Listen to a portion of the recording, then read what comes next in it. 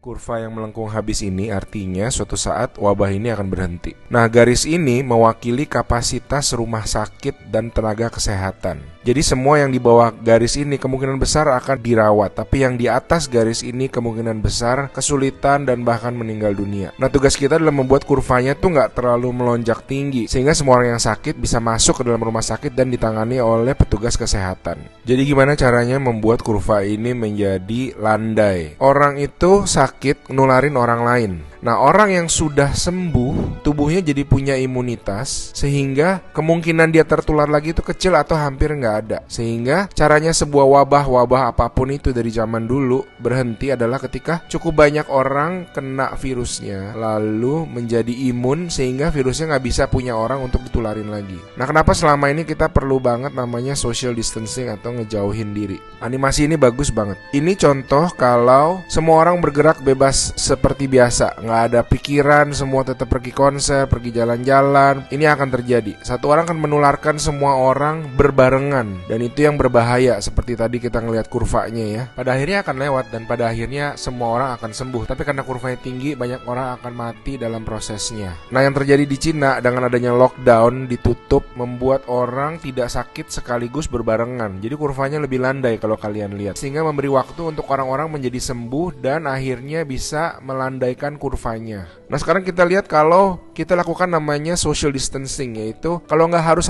banget, nggak usah pergi keluar. Kalau nggak penting-penting banget, nggak usah ketemu temen, nggak usah ada social function, semuanya ditunda dulu. Kita lihat apa yang terjadi. Nah, bahkan ini ada simulasi satu lagi. Kalau social distancingnya itu bener-beneran ekstrim, orang nggak boleh keluar, ada jam malam dan sebagainya. Ini yang terjadi. Kita lihat beda banget kan. Jadi ada orang yang akan tetap sakit, tapi mereka bisa masuk rumah sakit dan dirawat. Jadi teman-teman, please do your social distancing, stay at home, work from home, anywhere you can.